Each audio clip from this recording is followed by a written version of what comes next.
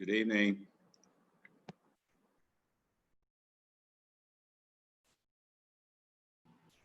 Good evening, Charles. How are you? Hey, Karen, how you doing? I'm good, thank you. How's everything going? Everything's going well, working, doing everything. How about yourself? Much the same. Lots of calls, as I'm sure you're on. Lots of things to deal with, and happy to be able to come together this evening. You know, so yeah, it's been it's been unusual. Yes. Hello, Charles. It's Michelle. Good evening. Hello, Hey, Michelle, how are you? Hey, I'm good. I'm good. I'm taking a walk. Nice Oh, out that's tonight. good. And Beyonda, how are you? Glad to see you on the call. Hi.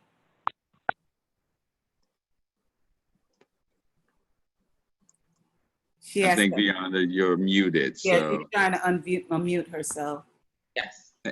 I was saying hello. Nice to connect with some and reconnect with others. So good to see everyone. thank you so much for joining us this evening. I'm sure we'll have some really, really good questions. Look forward to you giving us a snapshot of the new normal for the city of New York and HPD.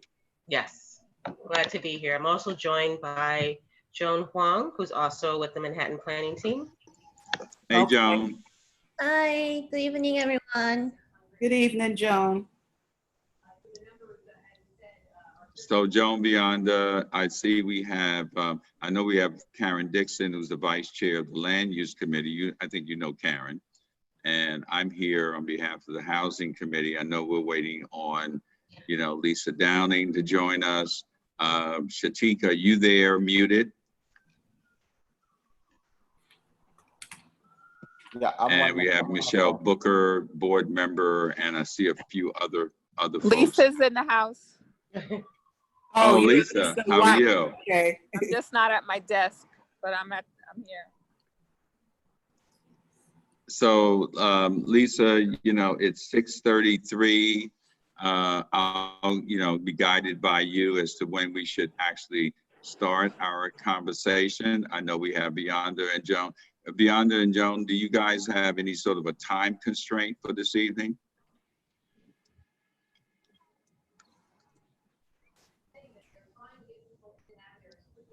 No, we're at your disposal.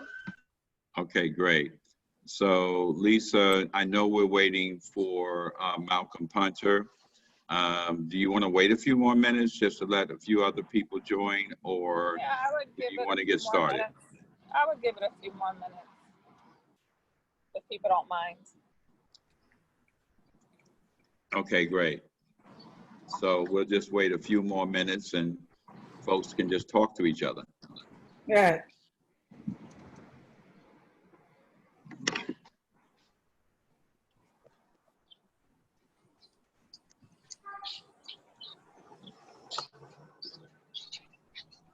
How many people are on the call? 1, 2, 10 altogether, including Charles, myself, Shatik, and Michelle, and you.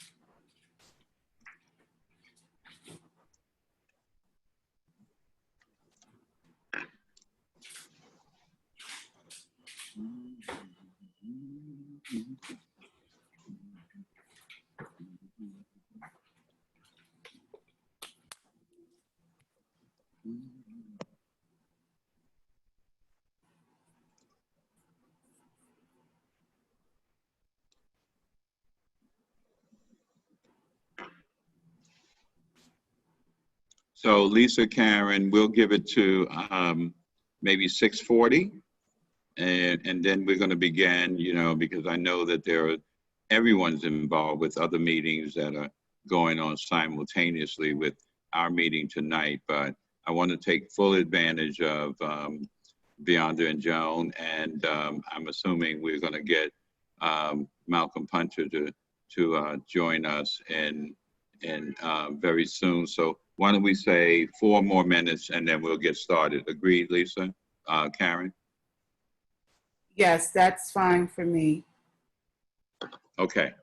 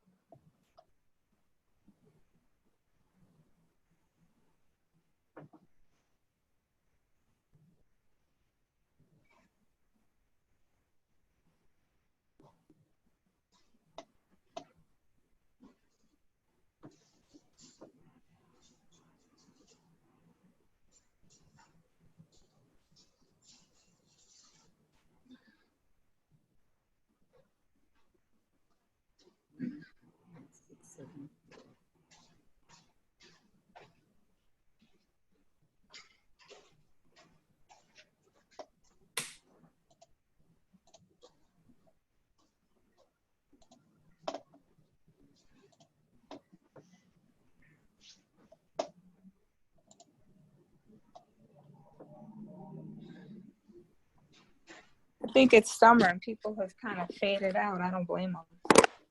Good. Okay, Malcolm is joined. So 1 more minute, we'll get started. Welcome, Malcolm.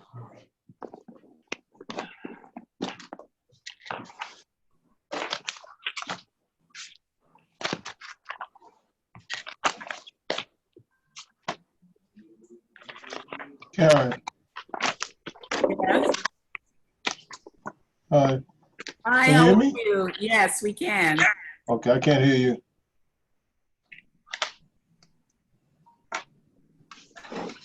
Sheila, Shatik sent it to me. I'm actually on the Okay, on yeah, I the was Zoom now. gonna text it to you right now. All right, All right, text it to me anyway. So somebody asked me for it. okay, I'm gonna text it to you now. Were you able to upload? Were you able to upload whatever you wanted to upload?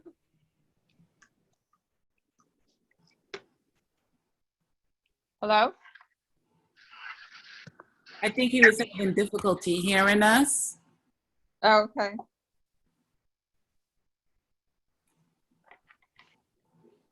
Okay, I think we're going to get started. Sure. Malcolm, welcome.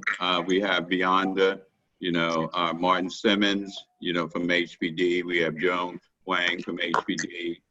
Lisa Downing, the chair of the Land Use Committee, is here, and the vice chair for Land Use, Karen Dixon.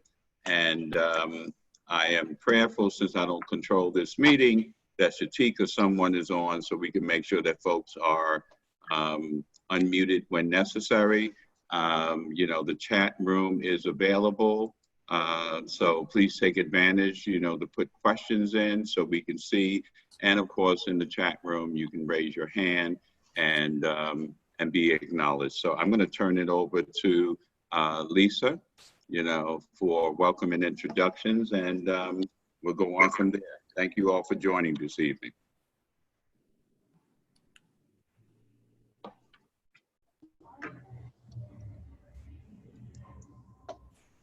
Lisa?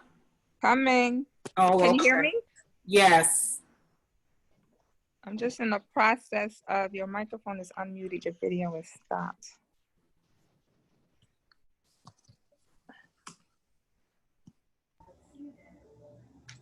Hold on 2 seconds, sorry. And by the way, Shatik Mitchell is probably, I don't know if you're there, Shatik. I know there is another meeting going on. Shatik, are you doing 2 meetings all at the same time? No, just this one. Okay, so Shatik, thank you for joining us.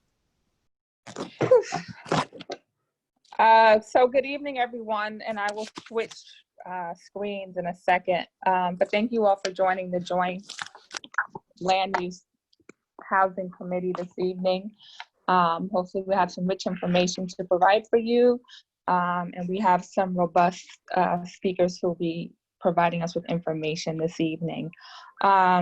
Tonight, we're actually in a good place because we have 2 special related announcements that have come out of both the state and the mayor's office within the 24-hour period that are applicable to the discussion this evening.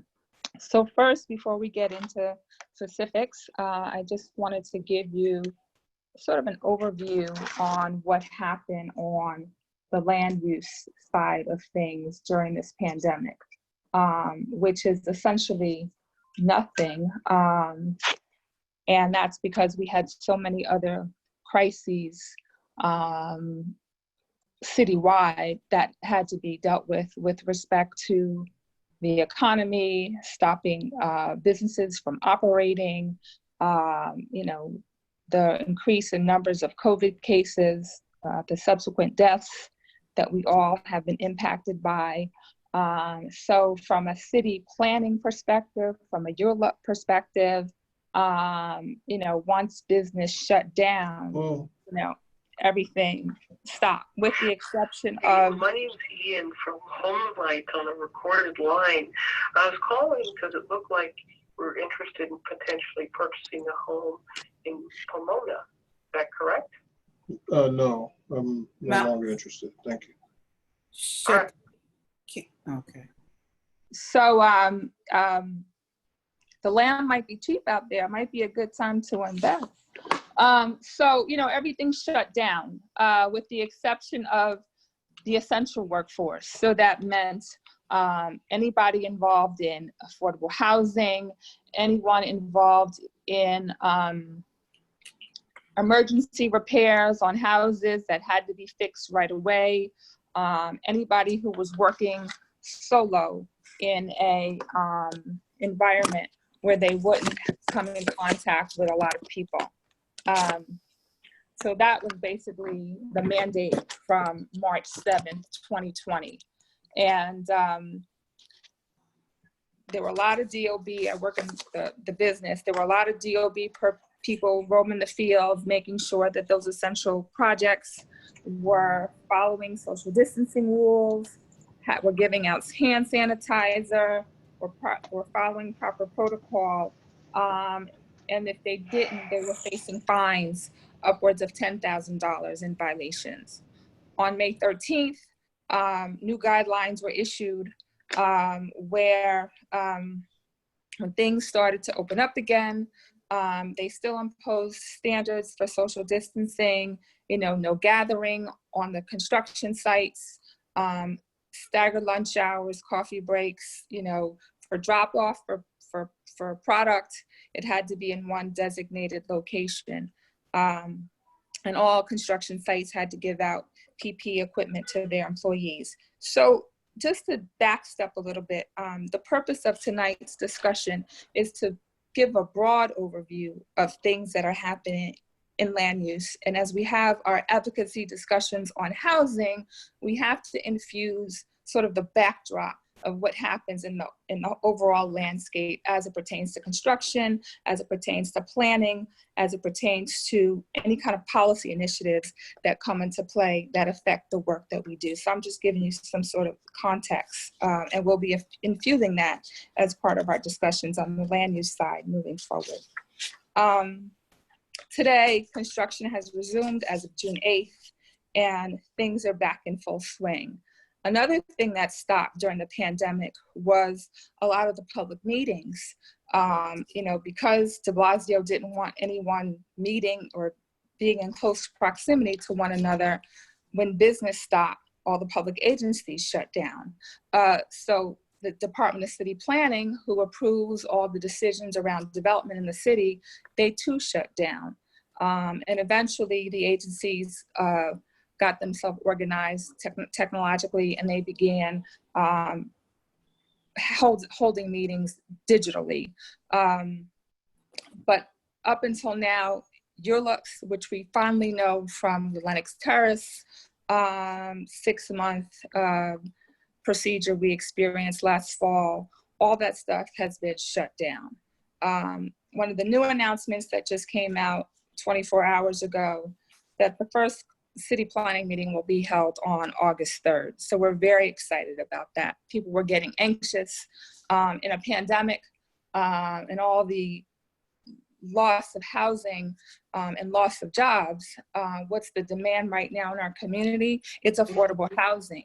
So there are pretty much 91,000 units in the pipeline that have been held up as a result of COVID-19, that couldn't get approvals, that couldn't get sign-offs, that couldn't get the green light to move forward. So as of August 3rd, we will be able to proceed as a city to move forward with those projects. So that's a good thing. As part of that, the City Planning Commission has redeveloped their website. They have a specific portal called New York City Engage, upon which residents and the community at large will be able to go on and find out what the development projects are that are going to be discussed for the pending meeting, and and there will be ways to instruct those who are interested on how to access public meetings remotely. So we're moving slowly by slowly. We're moving forward as a city and opening back up.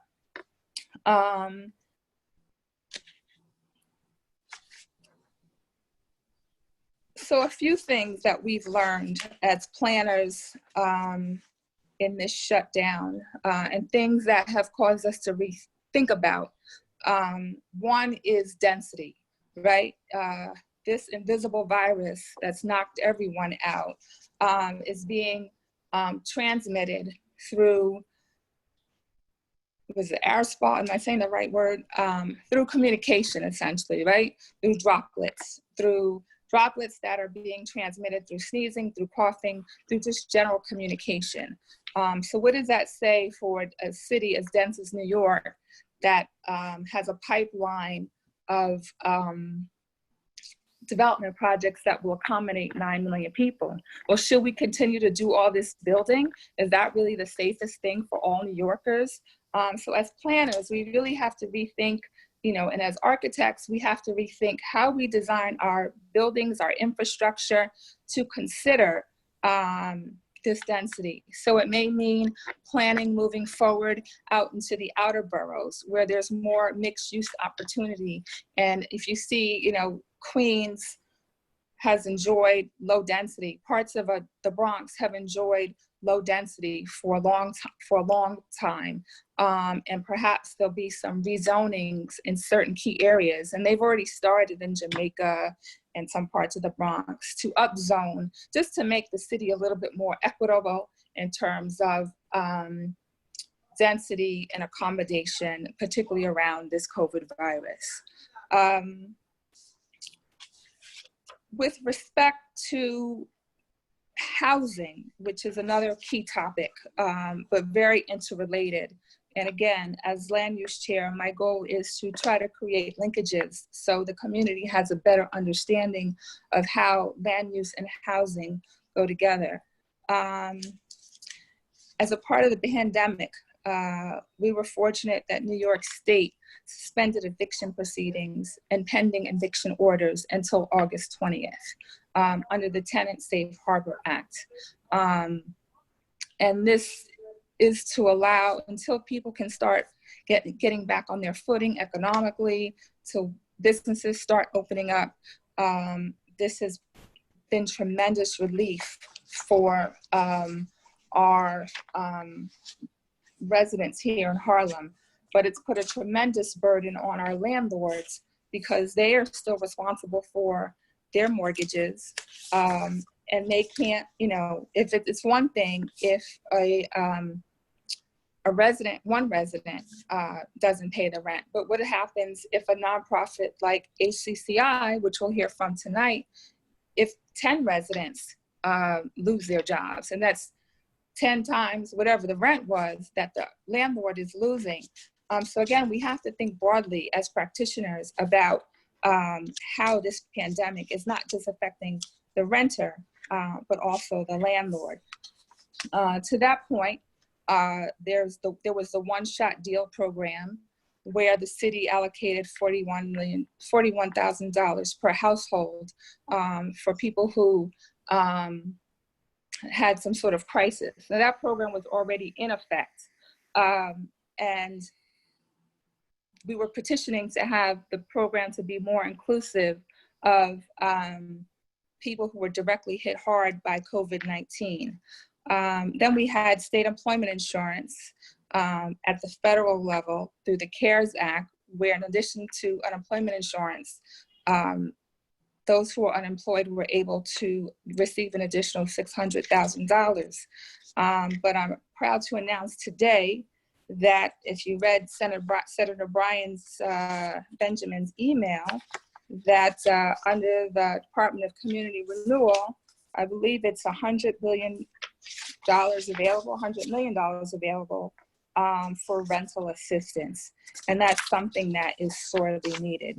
So if you took from where we started, middle of March, with nothing, increasingly the various agencies have been able to formulate policy and programs to provide all New Yorkers some relief. And I know Beyonda will speak to that.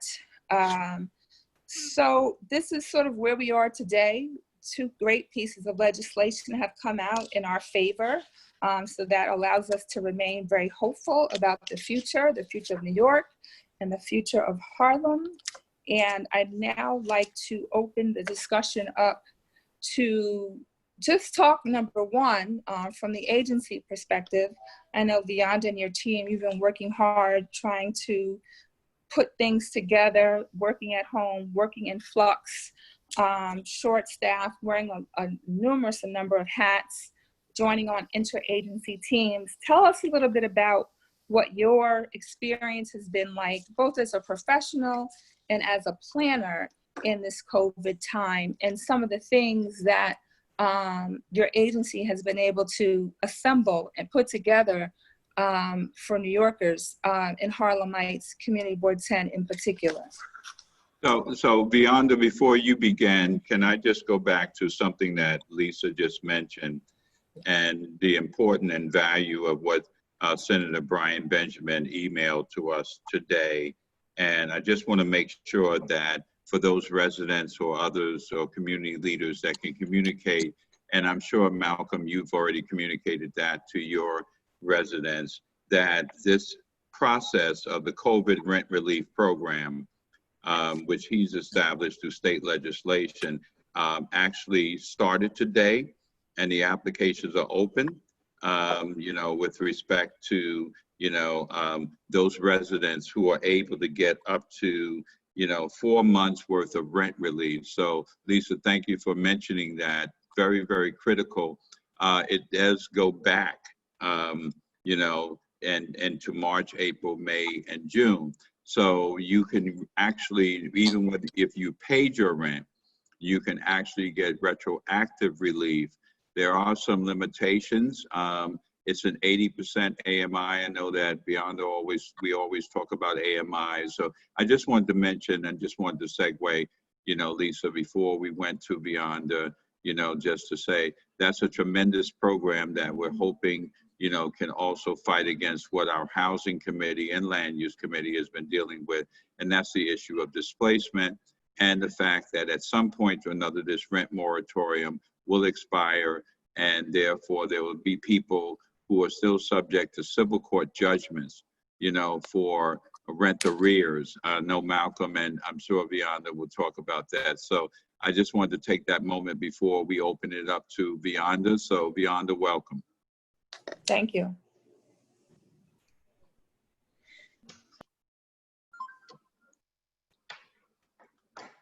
Shatik, did you unmute Vianda?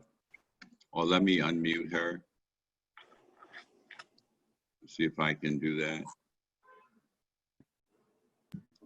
She's Okay. on. I think so thank you both for your updates and kind of setting the context for what all of us have been going through in one form or another regarding the pandemic, and then in the middle of that, trying to get a grasp of how we'll get acclimated to the new normal, so to speak. Then here comes a myriad of police brutality incidents and murders that creates a shift as well. So I will say that our agency has been working diligently, just as your community has been working diligently to really shift as quickly as possible, in addition to managing our own lives, whether we have family members who have been directly impacted during this time period, as I have, as many of you have, unfortunately, or we also know of many of our friends and relatives who lost their jobs and were unable to pay rent. So again, I want to commend all of you for making it through and being vigilant, and also confirming that the community gets as many resources and assistance as possible. So I will say that in terms of, and again, for those of you who didn't hear earlier, my name is Vianda Singh of the Manhattan Planning Division at HPD, and I'm joined by my colleague, Joan Huang, who is also on the Manhattan Planning team. When I was first requested to participate this evening, I gladly agreed to participate with a caveat that there are many other team members at HPD who work on other aspects of housing development. We have a division, as Lisa mentioned, that remains active as essential workers when the agency shut down, and we were quickly told within a couple of days to pack up, go home, and do not come back. You'll be working remotely. There are many in, for example, our Office of Emergency Management that make sure throughout the cold months people received heat. There are many who, again, remained very active as essential workers and responded to violations, responded to landlord issues and complaints. And then many of our coworkers shifted to become food distributors. So there are seniors as well as many residents in need who did not have food supply, who could not even go outside of their houses. I think for me personally, even during the cold months, I had to take a walk every day. I get a little bit claustrophobic, but there are many who could not get outside, and many who were frankly very fearful of going outside and interacting with others on any level. So again, there were essential workers, as well as many of our colleagues who normally do not participate in any activity related to food distribution, that really rallied to make sure that many people did not go hungry during the winter months. So as Lisa also mentioned, we had a shutdown of the city's uniform land use review process. So that comes into play with our division that advances housing development or mixed use housing projects from the beginning stages, from its planning and pre-development stages onto ULIP certification. And then we work closely with our new construction team, underwriting team, to confirm that the projects move forward through closing. We also work with our legal team. And many of us had to really shift and understand how our projects that were in queue to be certified, that were in queue to be closed, that were in queue for city council hearings, what did that mean in terms of the priorities?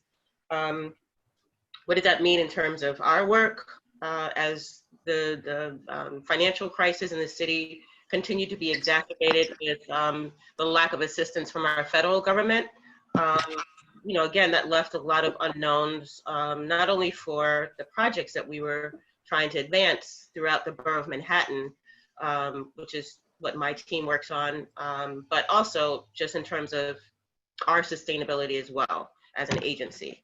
So here we are, July 16th, and as Lisa mentioned, there's just a recent announcement that the city's ULIP processes will start up again, which is wonderful news. What we've been doing in the meantime, there are projects at varied stages. We have projects that are just beginning and that have been presented to us. They're in their infancy stages, for example, right before the shutdown. Development teams proposed certain projects in varied community boards, and then you have to go through a preliminary approval process. You have the drawings, you have to have the architect present the plans, you have to make sure that they are on the surface initially financially feasible, because the financial feasibility of projects change throughout its lifetime. And then we also had to make sure they were compliant with zoning. So we were busy moving forward those projects that were, again, at what we call it infancy stages. We had a couple of projects that were up for vote for city council that halted, but started up, I think, maybe a couple of months ago as city council started their virtual hearings a little earlier. And then we have varied projects that are in its closing stages, such as actually a great project that Malcolm Hunter is advancing called Enemy 3. So we were at closing stages when the pandemic occurred, and we're looking to have that project close yesterday. But because of financing constraints, there are considerations in terms of OMB funding that are being revisited by the city. All of these unknowns affect the progression of our projects. So we're doing the best that we can to advocate for projects that should be prioritized based upon the projects that are already in the pipeline. And we also have many of our staff members, as well as our commissioner, who are involved in agency-wide task force that are focused on addressing diversity, inclusion, and social justice. So again, the unfortunate deaths of many of our men and women across the nation has resulted in many organizations, internally and externally, really revisiting our practices, how we work with MWBE groups, how we work with communities of color, which have been hardest hit, such as Community Board 10. And so a lot of those conversations are still ongoing. And we look forward to hearing about some of these changes that are in place and that are taking place as it relates to COVID and the pandemic.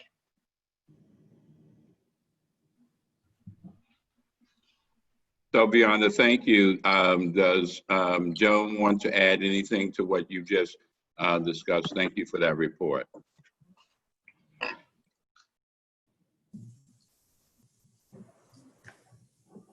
Shatik,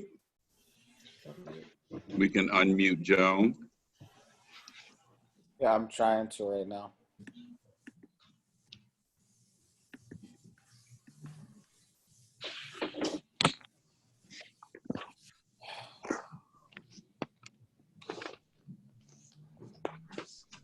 She's off mute. Hi, everyone. I don't think I have additional information going to add.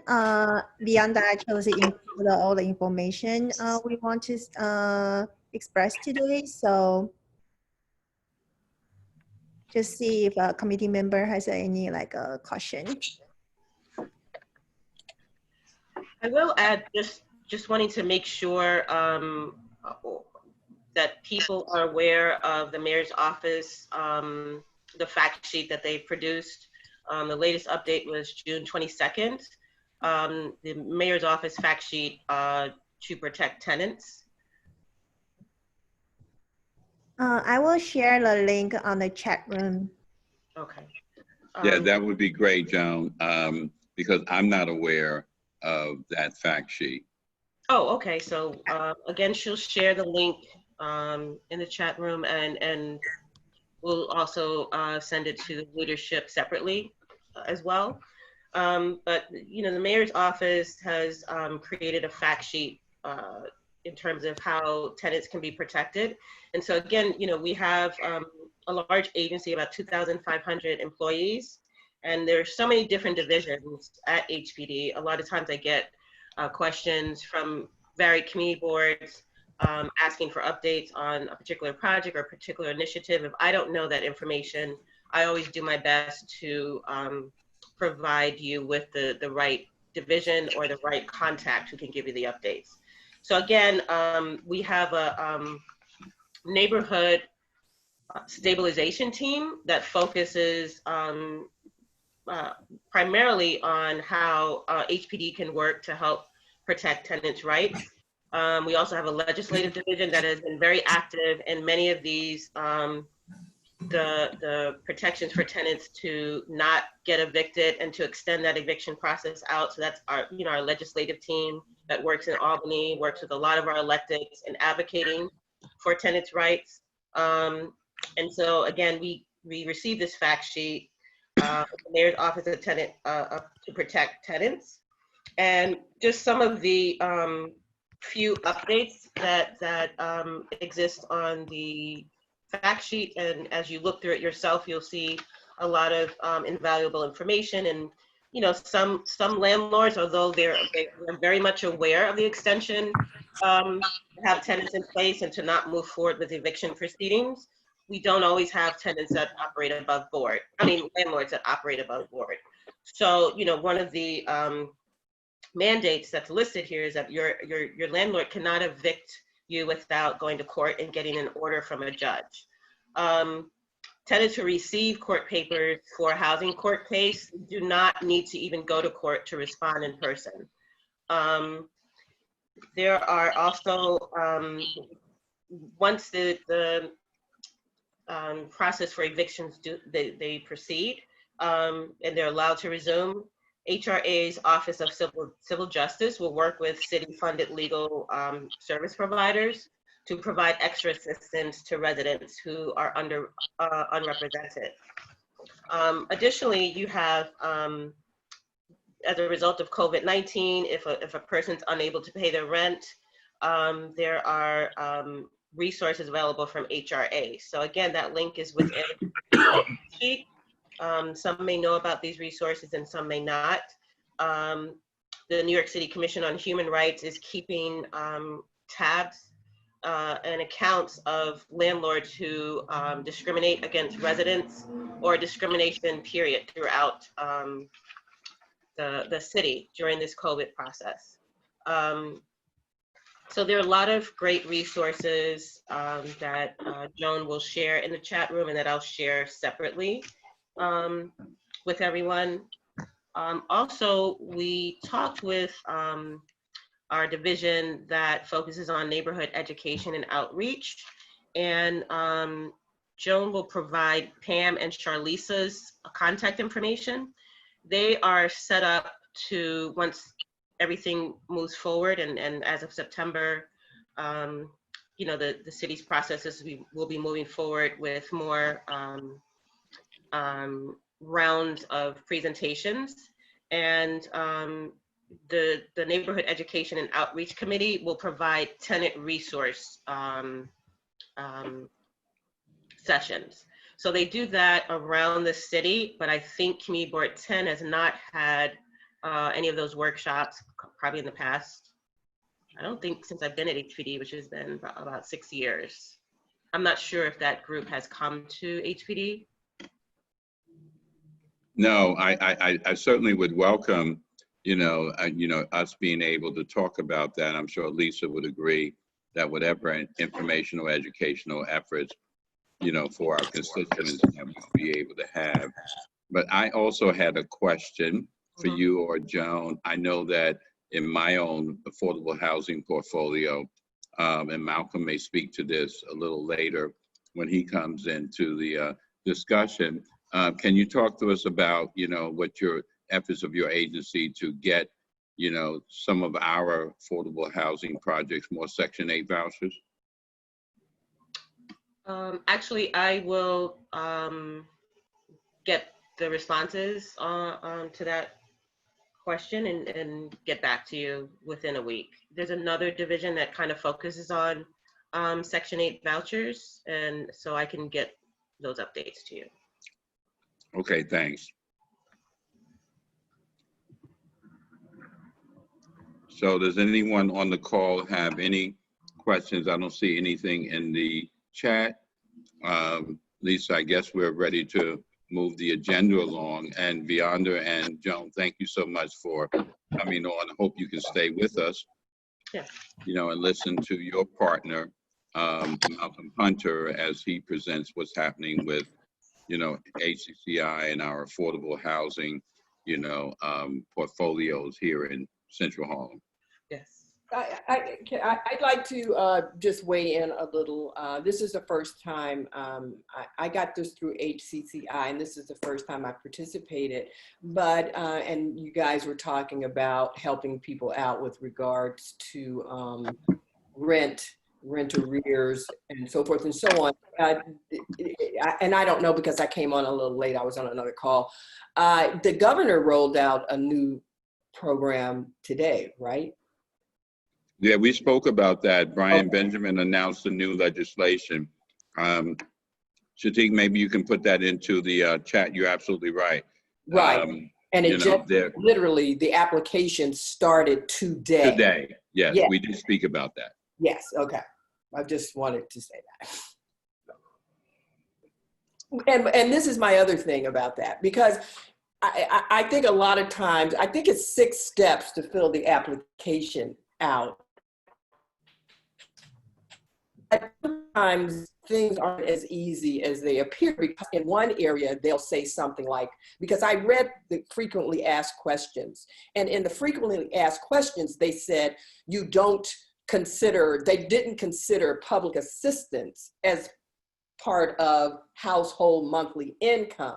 But then when you go to the application and you punch on the little information sign at the end, it tells you everybody who's eligible, not everybody who's eligible, but all of the different things that they consider household monthly income. They had welfare assistance. So like, which one is it?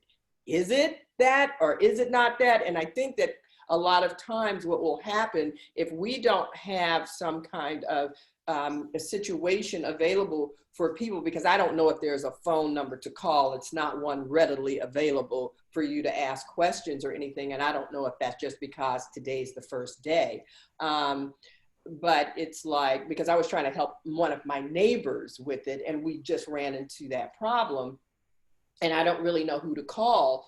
And I think that a lot of people will be discouraged from wanting to follow through when they run into situations like that. If anybody's even sliding over to open up the information to see, you know how it is. They'll ask a question and then they'll have a little eye right there, and you can punch on that and it'll tell you basically what that means or what it includes. So I just want to thank you for that comment. I think you raised some excellent points. It is very new. I'm just reviewing it. I'm the chair of the housing committee. I will say this, that, we have a board member that, that actually runs the office of the New York State Division of Housing and Community Renewal at 125th Street in the state office building. I'm going to reach out to her. And if you put your email into the chat, we'll make sure that we follow up with you. But it's good advice to be able to say that obviously information is empowerment. And thanks for your observations. I'm not sure how all of that is going to roll out and operate, but we'll be very intentional about responding to you and others who have questions or issues regarding how that program can have a direct impact. Doesn't matter that they announce the program, it's going to be how many people are really going to be able to avail themselves of it. And yeah, we agree. We got seniors and others who may not be able to navigate through, an online, scenario. So thank you so much for that, for that comment. So make sure that you just put your email in, because these are recorded I just and did. we keep the notes. I Okay. just put it in there because that's exactly was the problem that I ran into, because I'm trying to help my neighbor, that lives in my building, and I was trying to afford that service to, some of the other seniors in my building as well, who don't have a computer or what have you, and don't know about this or whatever. So thank you very much. Great point. We'll definitely follow up. So Lisa, I think we're ready for Mr. Punter. Sure. I just wanted to give a little prelude before Dr. Malcolm Punter begins to speak. So in our conversations over these past few months, as we try to figure out what problem to solve and the best way to solve it, here in Harlem, we've always known housing to be a one-sided look at housing from a one-sided perspective, the programs, the subsidies, any kind of government support that we can get or be assisted with. And that's very important in a low to moderate income community like Harlem. And that's how we sustain ourselves for many years. But there was a conversation recently among the borough residents talking about housing. And just for those who don't know, housing is real estate. And real estate in New York City is our lifeblood. President Eric Adams said that if we lose the real estate industry, it's like Texas losing oil. So we just have to be mindful of the bigger picture as it pertains to housing and real estate. Real estate has to have repairs done. Real estate requires capital improvements. Real estate has to be financed. And one of the comments that I heard on one of our calls, in our rage and in our pain, it became this conversation of landlords versus renters. Well, not landlords are bad actors. And we have to embrace and appreciate the work of landlords, particularly in our community, as they manage, as they provide affordable housing, and they build new housing for the residents here. And so I asked Malcolm to join the call today, not only because he's brilliant and has a wealth of knowledge that he generously likes to share with the Harlem community, but I wanted him to speak in his role as a leader of one of the most prolific organizations that we have here in Harlem and probably across the country, a faith-based nonprofit organization that specializes in housing, that was founded by visionary faith leaders, namely Wyatt T. Walker and other visionaries who not only wanted to bring quality, decent, affordable housing to our neighborhood, but knowing that our community was in need of social support, educational services, home buying seminars, food pantry, retail space, and other small businesses. So again, when we look at housing, we have to look at real estate, and we have to look at on a broad scale and know that with the profit margins that the returns that these nonprofits receive in exchange for what they do goes beyond just the greed that we associate with real estate moguls. This is a labor of love. This is a labor of love for Malcolm. And I think we need to just listen to what he has to say, what he does on a daily basis, how he has helped his constituents in his housing with supportive services around this COVID pandemic, and also the history of his organization. Malcolm, thank you for being here.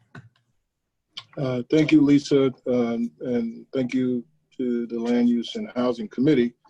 I'm happy to be here with you as we all collectively go through the stages of grief and trauma, because we are effectively still in that process.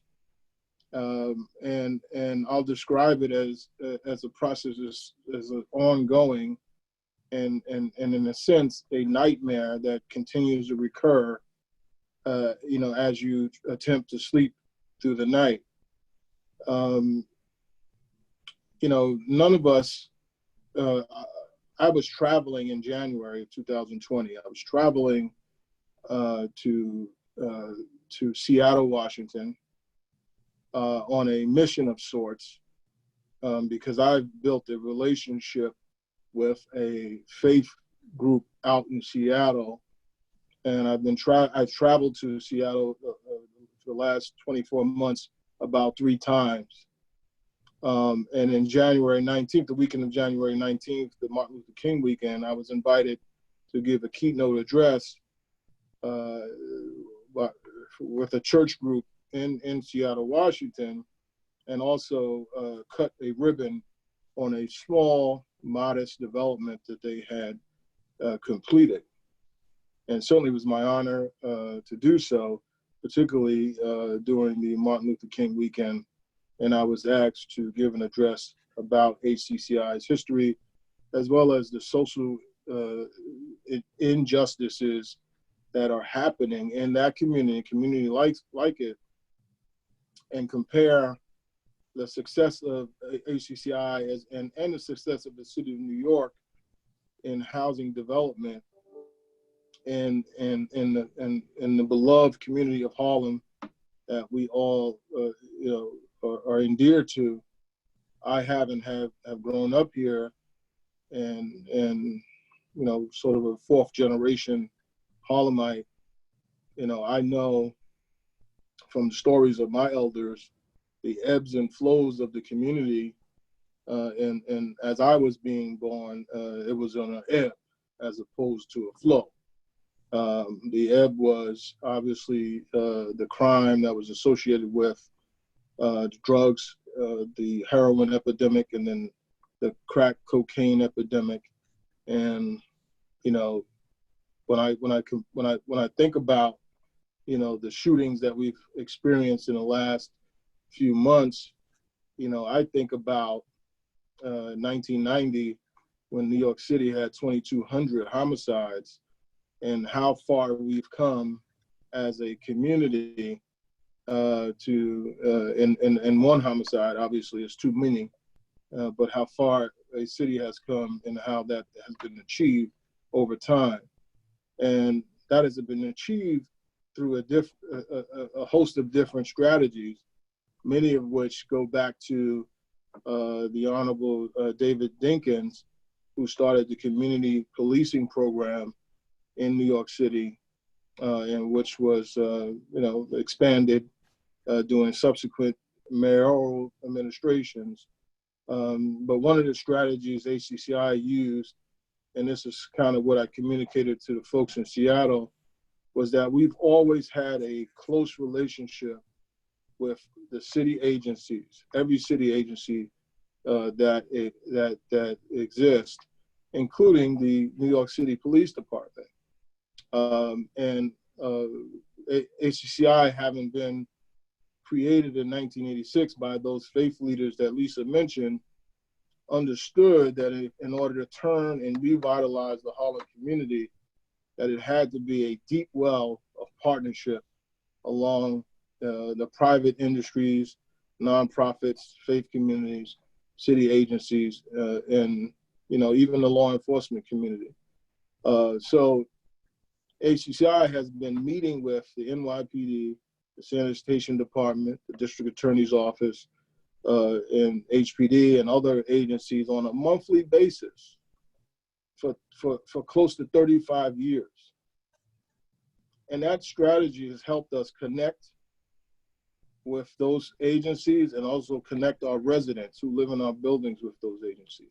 Because the purpose of that meeting, we call it the Community Improvement Group meeting, is to make sure that our tenants, our residents, have a voice directly to the responsible parties in the city agencies, particularly the police department, because the quality of life of residents in our buildings are so important that we want to make sure we are the bridge between, the bureaucracy that's often experienced by large municipalities.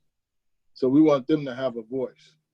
And HCCI is important to HCCI. It certainly is important to me as a leader of HCCI in this time.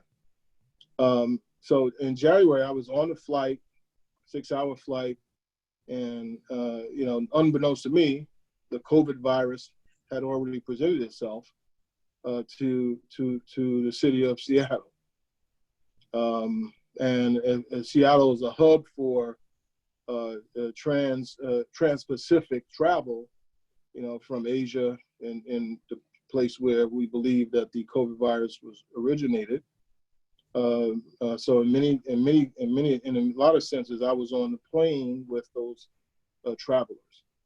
But what I wanted to share with you about Seattle and my mission to Seattle is that people in the West Coast and every urban center are dealing with the pressures of the need for affordable housing for low, very low, and moderate income people. In Seattle, there's a district that they compare themselves to Harlem, where it used to be the majority of African Americans. There's no more African Americans living in that district. And this church and a few others are the only remnants left of that African American community, and they happen to own property and they're trying to do the right thing. So the struggle that we sometimes take for granted here is a struggle for people all over the country. And I'm committed to replicating the model of HCCI in other jurisdictions. So I'm doing so there in Seattle, and I'll talk about some of the other places that we're moving the mission to, so to speak. But it's very important that I would like to share that, what has come out of the COVID crisis is certainly a crisis of a generation, is I've seen the galvanization of community people, residents in particular, community leaders, our political and elected officials, and common folks that work in and about this neighborhood come together in a way that you can only have seen it based on a crisis. Sort of reminding me of Superstorm Sandy in a way, but much more intense. And I said I was grieving because I am still not completely over, the death of a very dear friend of mine, a tenant leader and a companion of the founders of HCCI, Mr. Frederick Wilson. In the early days of the pandemic, I learned that Mr. Wilson had been homebound, which is really unusual for him because he was an energetic person and always an advocate and to help others. But, because of the intensity of the crisis, he succumbed to, some related illnesses as a result. That truly saddens me because, I think our first obligation as HCCI, as Harlem Congregation for Community Improvement, and as any not-for-profit organization, is to care for the people that you're responsible for. Yeah, our core business happens to be real estate, because that happened to be the issue at hand when we were created. But our responsibility is far greater than our core business obligation. Our responsibility is for the welfare of the people in our community. And that's a mission that I take very seriously. And I think that our staff members and our board members take that at heart as well. I can easily, it's certainly a lot of reasons to fall down and feel so aggrieved and paralyzed by this situation. It is inconceivable that 800 people a day were dying from this virus. I still can't wrap my head around it. So when events like this happen, it really underscores our responsibility as community members and workers to make sure that we give all of the care and concern and attention to all of the matters that are important to the success and survival and even the thriving of our community.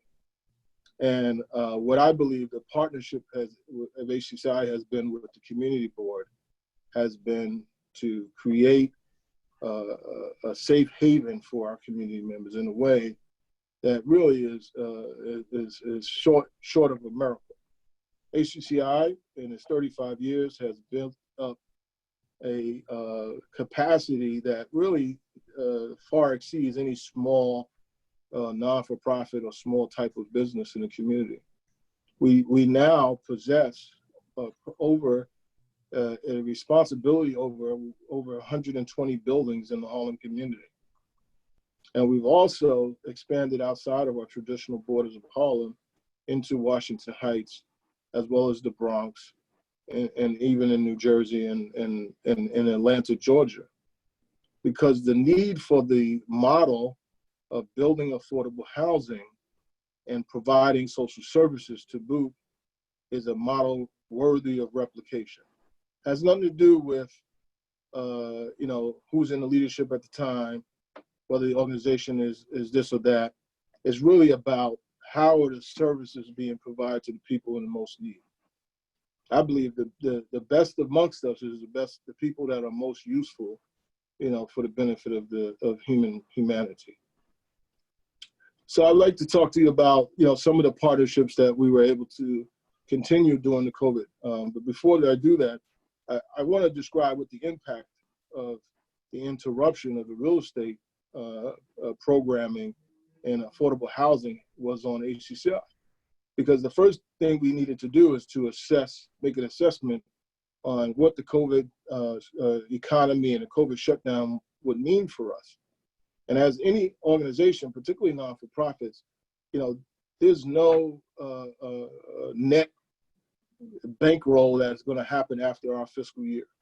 We're not going to make hundreds of millions of dollars. We're not going to split hundreds of millions of dollars with shareholders. It's just not the model for a non-for-profit organization. So our budget is a zero budget. We can only spend what we bring in. And we have a responsibility of accounting for that every year in and year out. And we have to file our tax returns in our 990s, all of which are public record. So when the COVID hit the United States, and particularly New York City, we assessed that almost $3 million from our annual budget was wiped out on March 30th, when it was announced that we were all restricted to do anything, because we knew that the city agencies weren't going to be able to close deals, and we knew that it would be very difficult to operate under those circumstances. And like other organizations, I'm sure they all experienced similar budgetary difficulties. We certainly haven't recovered from that, but our responsibility is to continue to operate our services day in and day out, even under most trying circumstances. While the protocol was to work remotely, HCCI is considered a essential business. It took a few days to clarify what that essential business meant versus non-essential. But once the governor was able to explain it and that information filtered down, we were clear. I have not worked remotely throughout this process. 80 to 90% of my staff have worked from home and still are working from home. But I thought it was my responsibility to continue to come out, because as the president and CEO of HCCI, there's certain processes we just could not do remotely. And we needed to show an example to our community. And I did so responsibly, following all the guidelines of CDC, all the protocols for making sure I was safe. But it still is a difficult situation to come out when you know there's danger out there and people are dying every day. But we continue to provide services because our most vulnerable population of people were our senior citizens and our people that living with HIV and AIDS, and our other immunocompromised folks that live in our building. So we had to continue to service those folks and make sure that they were safe. And we did so by providing over 2,000 meals to our senior residents.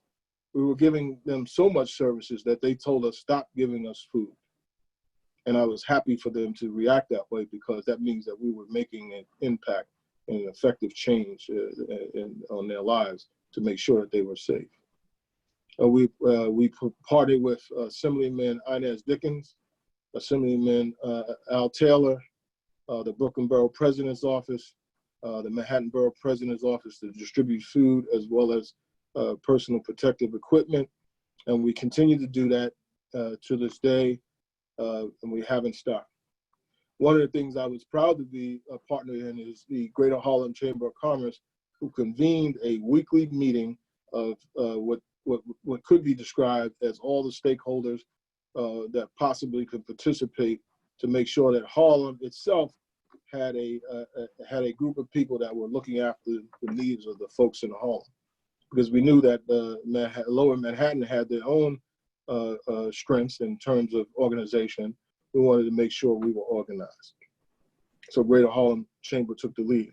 But it was certainly an effort of all of us as participants, and some of you members of the board, and I'm sure some of the listeners today were part of that group, which communicated to the community and the leadership that, the needs of the community. So we were able to work with Al Taylor and Inez Dickens and Gail Brewer and Carl Hasties from the Speaker of the Assembly, as well as Brian Benjamin. And the first thing we want to do is make sure we were keeping the lines of communication open to our residents. Because we knew that if HCCI and organizations and businesses are hurting, the residents are hurting 1,000 times greater. And then once we found out people were being laid off and 2 million, 10 million, 20 million Americans were laid off, we knew we had to immediately halt, even without any governmental orders. We were not going to start any eviction processes. And I was happy that the governor did step in and make sure that the courts would not even accept any evictions during that period of time. Now, that's a pretty difficult thing for a housing sponsor / landlord to say, but it was the right thing to do, and I believe that we were better for it. I'm happy that the legislature in New York created a program that would help residents. I'm just afraid that the window of opportunity for that program is too short.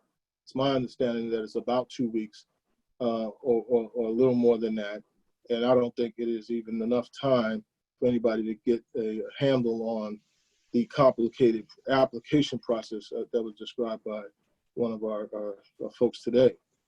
And I'll give you an illustration. The government also came out with a program for businesses and nonprofits, right? The Paycheck Protection Program. We couldn't even figure out how to apply. It took several weeks and maybe even 2 months or so for anybody to get their grapple with that particular process, and it's still confusing to this very day. But fortunately, after being denied by certain major banks, HCCI was approved by one of our local institutions, Carver Federal Savings Bank. And Carver Federal Savings Bank took its time, helped us fill out the application, and we were successful in getting the PPP loan, which averted our necessity to lay off or furlough any of the employees in our organization. So that was a win, for the community when a community-based bank, a minority institution, was able to assist, a local not-for-profit. Some of the other supporters that came through for us was, our local insurance company, our property management company gave donations to our residents, and some religious groups from other areas such as Queens came out. A restaurant gave food partnership with us, Chocolate Restaurant, who happens to be one of HCCI's tenants. We're able to give food out on Wednesdays to first responders, particularly the healthcare workers, as well as residents. I myself went out to distribute those foodstuffs when I was able to as well. Department of Health, Health First, which is one of the health insurance companies, and even private individuals came out to give PPP. While we made the adjustments to our schedule, we know that we had to give not only keep people employed, but also give them, the mental health services that they need. So we connected people to services.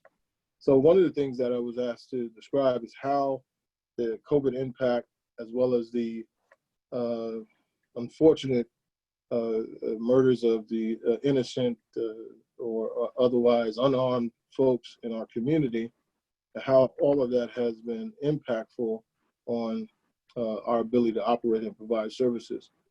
As I mentioned, about $3 million was wiped away from our budget, and all of that money would have been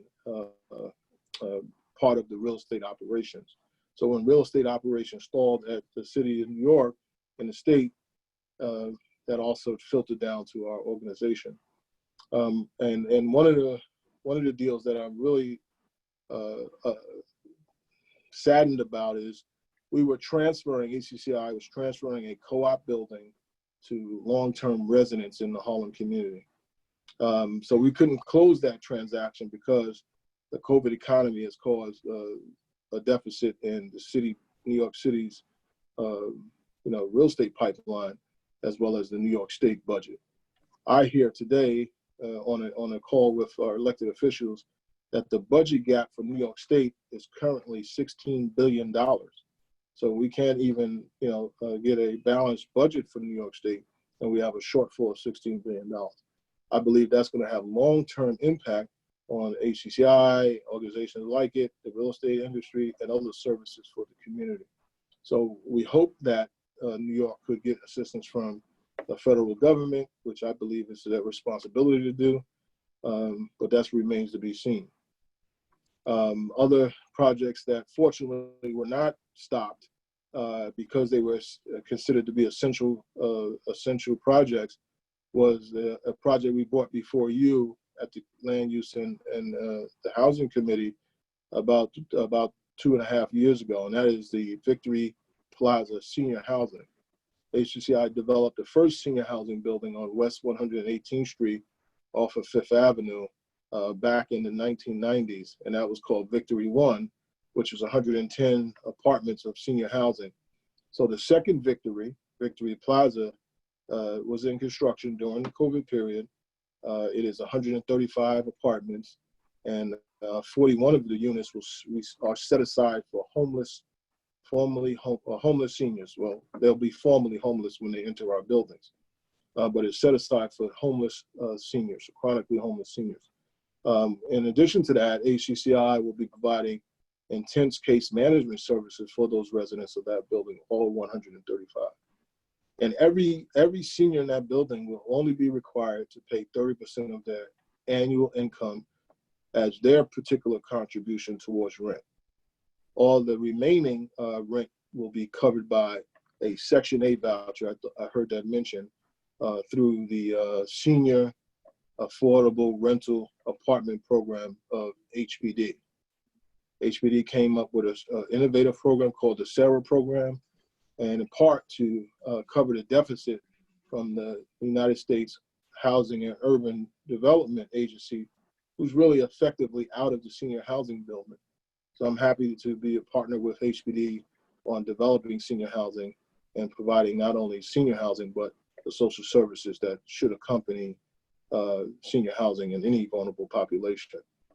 There are other projects that have been impacted, like there's a cluster of buildings, 75 units, West 139th Street, right in Central Harlem, right in your district, that is scheduled to become affordable co-ops for the long-term residents of those buildings. There's about 50 families in the buildings that are expected to have some ownership stake in their property. But because of the COVID impact, that project is delayed. But we continue to work on the project with HPD on those items that we can. And at some point, there will be light at the end of the tunnel. We'll work with the folks at HPD to get those projects back on track. One of the projects that we're involved in, we weren't the lead developer, but we're involved in is the Victoria Theater project on West 125th Street. I'm happy to say that there was a local minority developer two local minority developers that spearheaded that project. And yes, there was investors that were out from outside of the community, but that building is practically finished. HCCI assisted by bringing its experience in developing low-income housing tax credits. So an entity that is owned by HCCI called the Victoria Theater, HDFC, is providing the 191 affordable housing units that is part of that greater project that includes a hotel and cultural space. So that is completed and will be marketed for applications very soon. The Victoria Plaza Senior Housing is already in the marketing phase. So if you're interested in applying, you should go to Housing Connect, look for Victoria Plaza, Victory Plaza, I should say. And the applications are being taken now. You have to be 62 years or older in order to successfully apply for that apartment.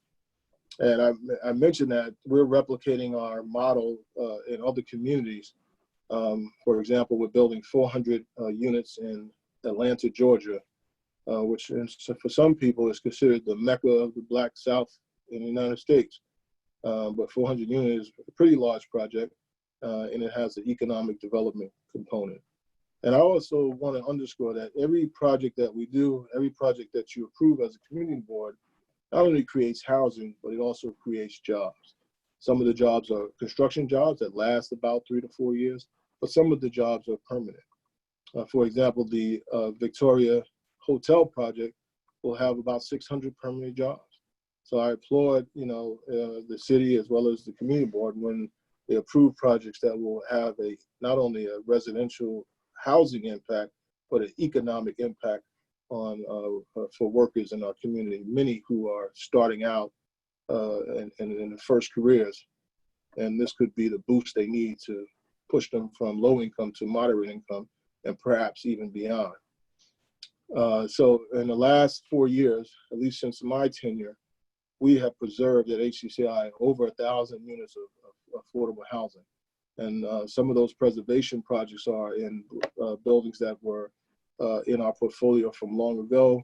And we've created innovative ways to include partners that are partly developers from our community, and through trying not to take any other money from HPD on those projects where we do the preservation, where we try to bring in new money and also do some repairs as part of that process.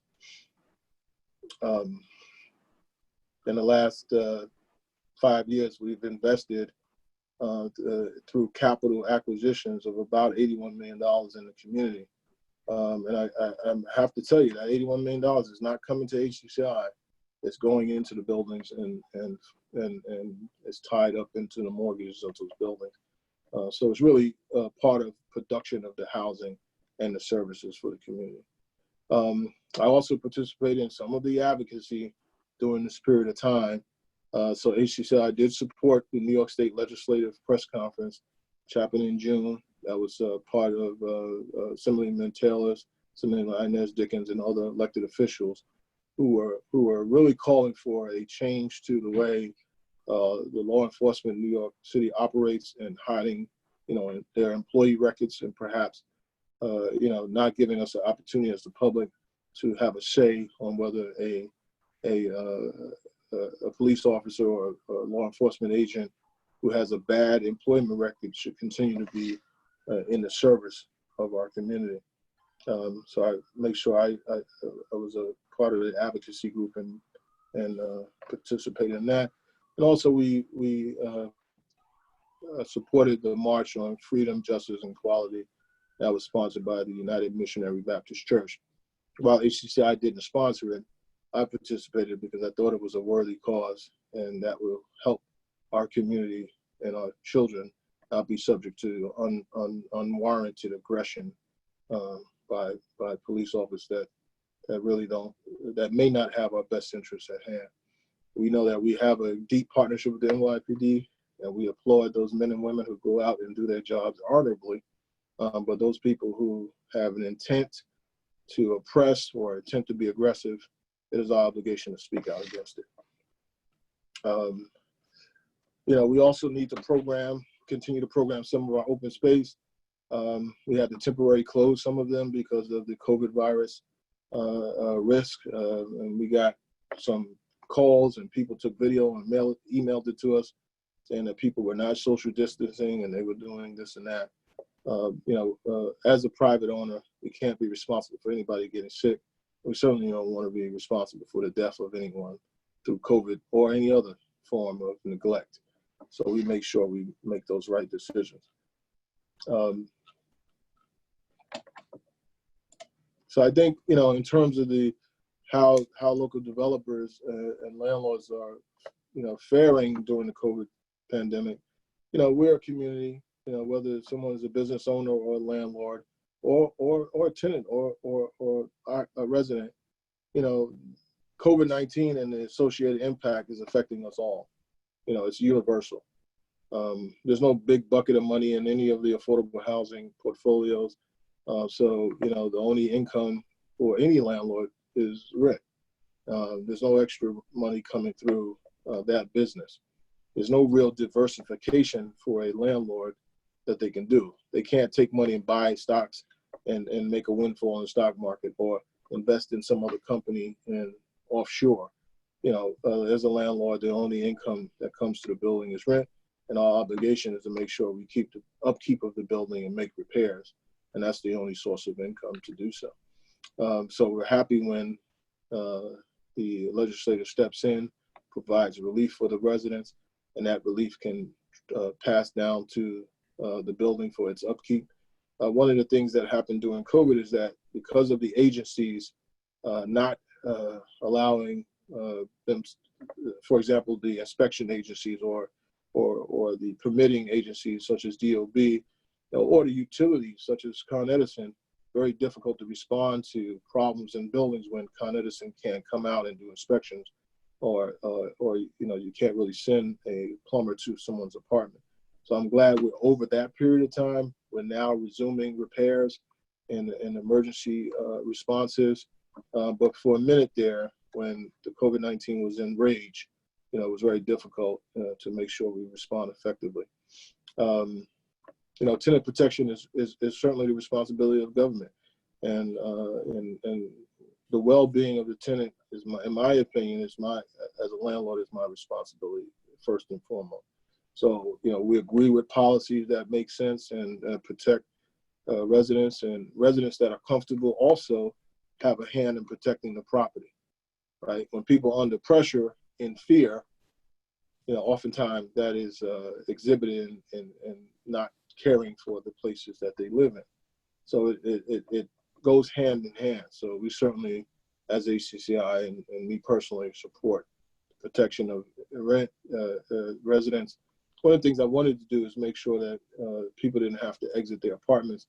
So we put into a process that if people paid their rent, they could pay their rent, we gave them a free wash and dry from one of the local Harlem businesses who also needed help because they were experiencing a downturn in their industry. So that business was able to pick up laundry from shut-in people, do the laundry at their business facility, and then re-deliver that laundry to seniors and people that may have been unable to exit their apartment. So we did that as a service, and we thought that added value and care for the residents, in addition to providing the food and other PPEs.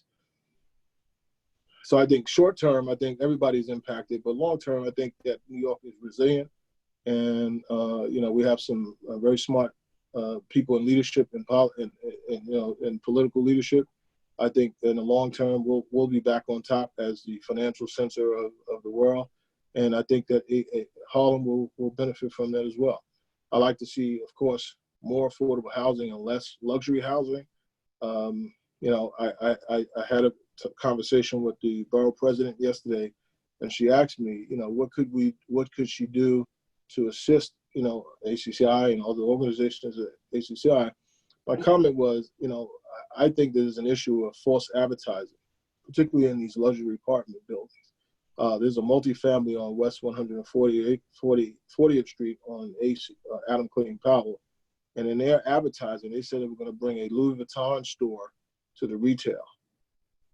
You know, that doesn't make sense. Why would they even say that?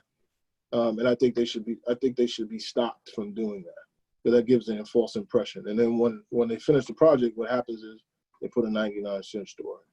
I think it's disingenuous, and if they're getting 428 benefits, I think we should scrutinize how they market to the community. You know, fortunately, we didn't have to lay off anybody from our organization, but I understand that a lot of people are impacted by, you know, furloughs and layoffs. So I agree with any unemployment assistance that, you know, one might have access to. And in terms of CB10, I think you continue to scrutinize every project, but you should support, you know, the nonprofit organizations and other for-profit organizations that their specialty is affordable housing. We need affordable housing. We're still getting 60,000 applications for 50 apartments that are available. That just illustrates a demand that's really, you know, we can't fill that demand. So we should build more affordable housing. And even in, this might be controversial, even in some of the open spaces in the blocks, we should try to figure out a way to build affordable housing there, because we need it.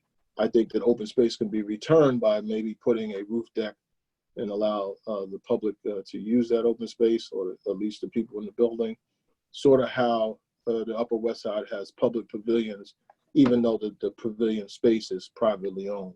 I think we can do something like that. And we have an awful lot of real estate on the roofs of every building in Harlem. Maybe we could build structures where people can be on the roof safely by building fences that encloses the roof, semi-encloses the roof, but people can use that as a recreation space and figure out a way to use all the real estate that we have on our roofs. Malcolm? Yes.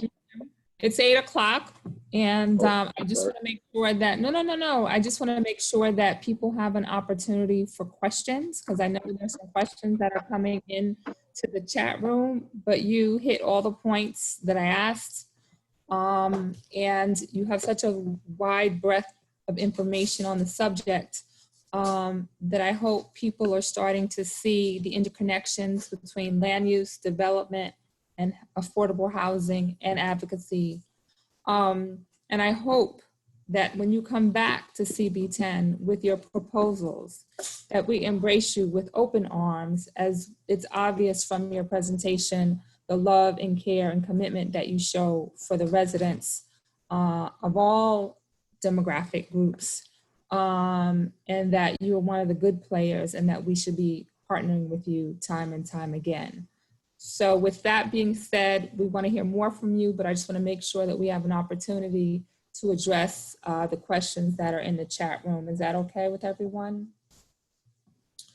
So Barbara Nelson had a question about, specific to HCCI and the lack of response of NYPD in some of the HCCI buildings that are, unfortunately, have drug sales and are dealing with other issues. And wanted to know, is there a way to reenact with the DA's office and partner with them to, I guess, clean up the situation? Yeah, I thank you, Barbara Nelson, and certainly, I know you to be a sincere advocate for the community, and thank you for that question. I think it is certainly NYPD needs to step up on drug enforcement. I think that what our responsibility as a landlord is to make sure that if it's known to us that we report it to the police department and the district attorney's office, and we have a method to do that. We have a staff member specifically signed as the liaison between the NYPD and the district attorney's office. You're right. I think the no trespass program, which was popular in the times where HCCI started to take over the buildings, and that program was very effective in removing drug sales from the building. I'll give you an example. One of our co-op buildings had someone selling drugs in it. It was actually a family member of an individual, and the police department, during the course of its investigation, I think there's a methodology they have to use. It's not like, if they see it happen one time, they can obtain a warrant. They have to have it seen it over a period of time. So sometimes that takes time to run its course. But they arrested him and seized the apartment, and actually did a civil forfeiture of the actual apartment against the landlord, even because they said essentially the landlord shouldn't allow somebody to be in the building that sells drugs. Now, it's difficult to figure that out, but we had to go to court. And I think at the time, Judge Tingling was on the bench, and Judge Tingling understood that, ACI as a landlord, absent us supplying this person with drugs and they sell the drugs out of our apartment, that it's very hard to make the connection between the landlord being responsible for a tenant's behavior. And they relieved of the court process in that case, but we continue to have a partnership with the NYPD, and we report any allegations to them, and we have a process for that. And I think, working in close proximity with the responsible law enforcement agencies is the solution. The other question, and I'm in the supportive housing space, I'm assuming that a lot of your buildings are mixed populations. So some of the seniors are complaining about the individuals with developmental disabilities and the lack of specialized caseworkers to help them with their behavioral issues. And again, Barbara Nelson wanted to know, how is that being addressed? So the senior buildings have a full-time case manager that complements the services there. And they will be master's degree level or greater social workers. So they're trained to, if they're not clinical social workers, they're trained to refer, someone that's exhibiting bad behavior. And some of our buildings have, I think the specific question was around not the buildings dedicated to one population, but the populations that are mixed throughout our buildings. And that is the case. And some of those people have special classifications that I can't really identify them because they're protected class. Right. But if they're acting out, then we go back to the referring agency, and that's usually the city of New York, and try to get them a placement that's higher level than, independent living. Mm-hmm. That's not always easy because the city of New York has a 3-tiered process that almost never happens to determination of the process. And, no matter how much we advocate, it's a non-displacement policy. We can't evict them. And we have that situation in a couple of apartments. And I know that has happened in 150th Street between Frederick Douglass and Bradhurst. But in that particular case, I won't identify the apartment. The individual has left the person that we were servicing, but they left a drug dealer in the apartment. And the drug dealer went to court when we tried to evict him and essentially convinced the judge that even though he's a drug dealer, he had a right to stay in the apartment. So until we can catch them literally red-handed, not us personally, but the law enforcement agencies, it's very hard to get that type of individual out of the apartment. And they've threatened staff members and and we have to deal with that as well. Thank you. Barbara's next question is about 301 West 150th Street in particular, vandalism. Teens from the neighborhood with drugs continue to sleep in the laundry room, and they need help in that building. Yeah, I'd like to have that conversation offline Mhm. since it's so specific. Thank you. I have a question. How have your investors, funders, tax syndicators responded to you or the agency in this time of crisis? Initially, we were unsure because the investors, I don't know if you're aware, but we don't know who the investors are. The way the low-income housing tax credit program, Mhm. which was the tax code signed in 1986, was created is that the investors invest through a syndicate. And that's not syndicate in a bad word, that's syndicate in a formal legal sense. And the people we know in the affordable housing industry are called syndicators. Essentially, they're the middle men or women that act on behalf of these anonymous investors. And sometimes they're commercial banks, sometimes they're non-for-profit organizations. So one non-for-profit organization that acts as two acts as a syndicator in New York City is Enterprise and LISC, which is a local initiative support corporation. They actually act on behalf of the investors. And prior to them investing in affordable housing, there's a 300-page document, a legal document that says all of the obligations that the sponsor, usually the nonprofit organization or for-profit organization, are required to do. And one of the things that they're required to do is if there's any losses in terms of profits in the property, that the nonprofit or the sponsor is responsible for covering those deficits. So you can imagine if a deficit happens, the nonprofit who itself is struggling because there's no profit in the business that they're in has to come up with money to cover those deficits. One of the other things that happen is that there's such a long period of time where you have to be in compliance. On the affordable housing structure, the compliance period is 30 years. That means that if there's an instance of non-compliance, at any time during that period, those tax credits that you were awarded are at risk of being taken from you by the IRS. If that happens because somebody was not qualified to be in the apartment based upon them being over income or some other instance of non-compliance, the IRS is responsible for coming in and taking those tax credits back, which means that all of the benefits of the tax credits and all of the money that invested by the syndicator, by the investor through the syndicator, the non-for-profit or sponsor, could be a for-profit, will be responsible for paying all that money back to them. And that's usually hundreds of thousands of dollars. And a lot of times, the new construction building, for example, HCCI's new building, cost about $38 million.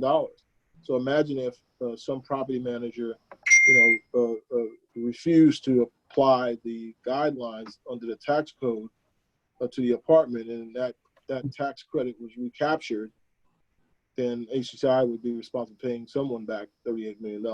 And that investor is not going to say, "Oh, okay, we'll forego that money." They're in it for the investment. So we have a affirmative obligation to meet all the terms of the agreements under that partnership structure. And that's really, in my role as the president of HCCI, that's my direct responsibility. And I have to meet those obligations. Indeed.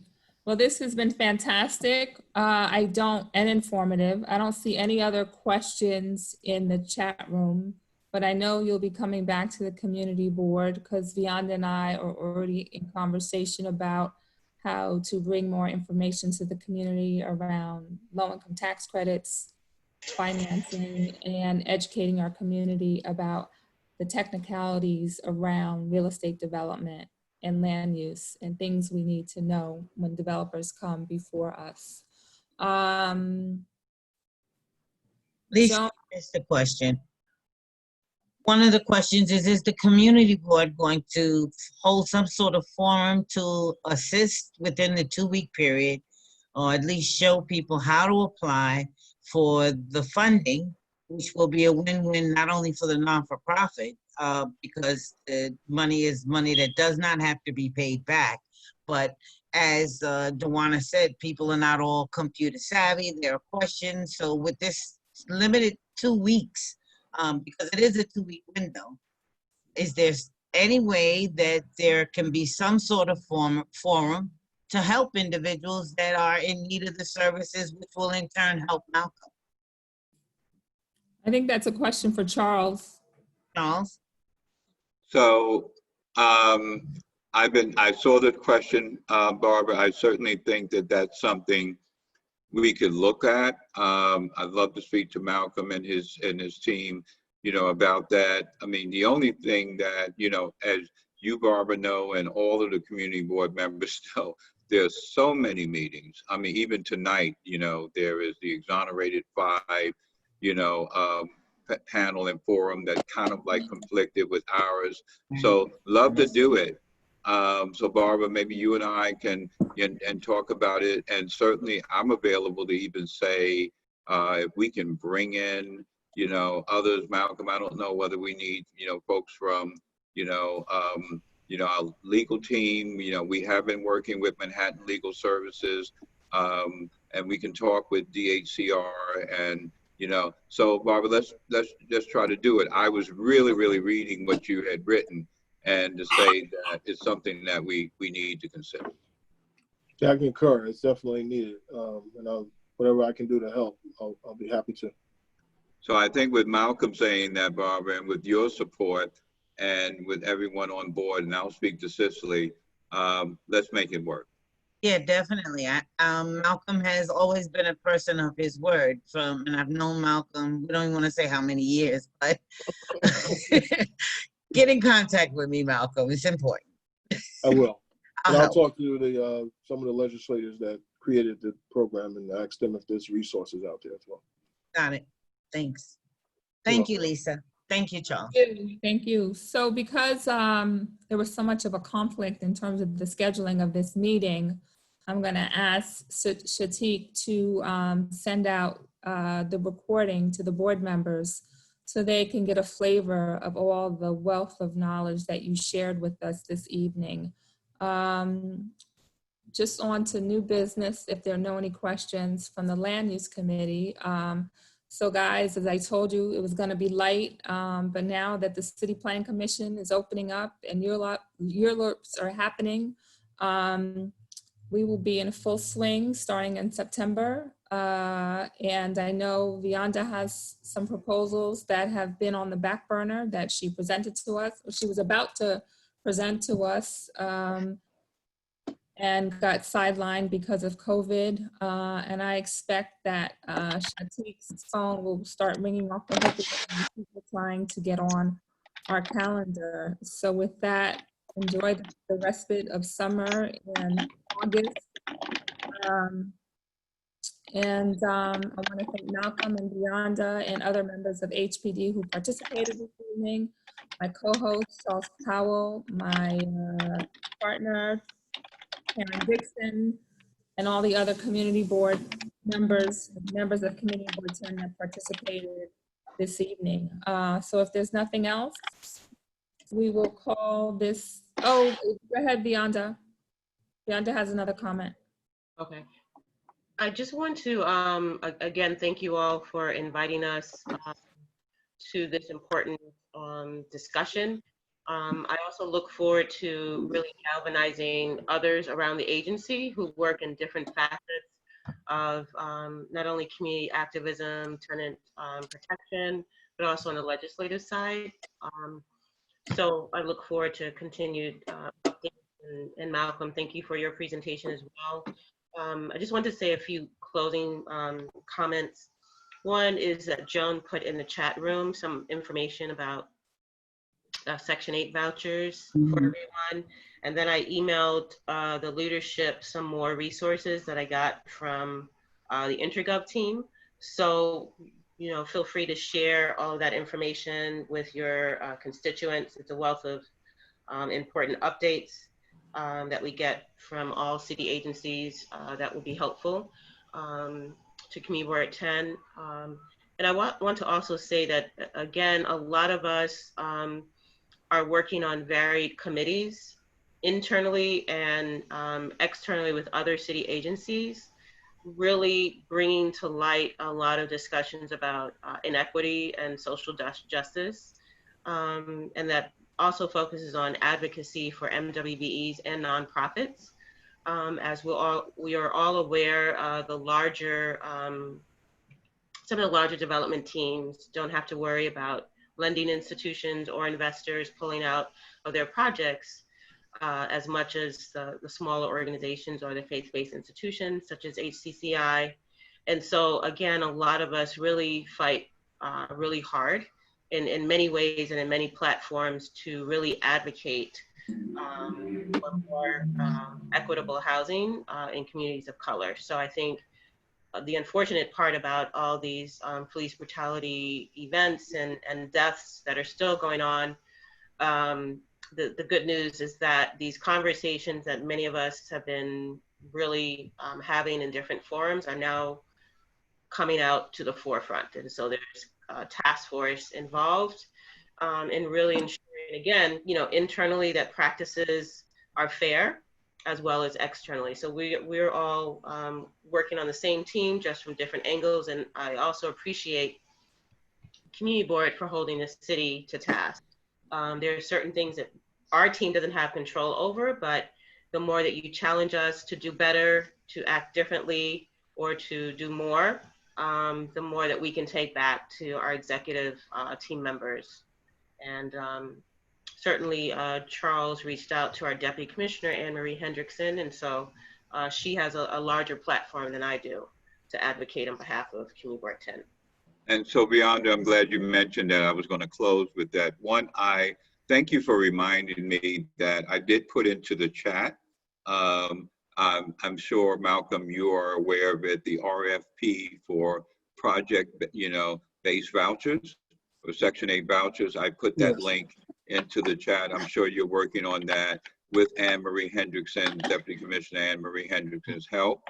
Greater Harlem Housing, my affordable housing portfolio is already applying, for that project, based vouchers, which are significant because they stay with the project and they don't, go with the tenant. When a tenant moves, if it's an individual Section 8 voucher, it goes with the tenant. These vouchers stay with the project, which Malcolm, I understand are, good points for when you're dealing with future underwriting and, future, financing of your project. So Beyonda, thanks for reminding me. I'm glad I put that in. And yes, Anne Marie Hendrickson, I think based on what Barbara was saying, that, I know housing, I think what we should do, Barbara, is just do a August Housing Committee meeting, focus on exactly what you said, to help and support for residents, get that word out.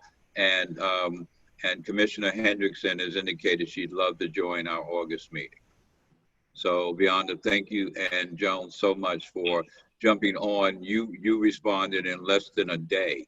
I'm sorry we didn't get that information out to you sooner, but really, really thank you always for being there for us and Community Board 10 in our community. So if there's nothing further, thank you all for joining this call. I've been told by Shatik Mitchell, who had to leave, that I can actually end the meeting. Lisa, unless there's something more from you or Karen, we'll move to adjourn.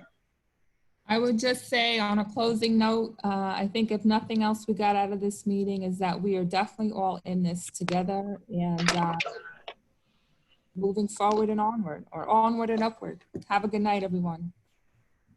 Good night. Thank you all for being on so much, and we'll talk to you in August. Thank you, Charles. So we need a motion to close out the meeting. We have, you know, Please adjourn. I second, Thank you, I Karen. move.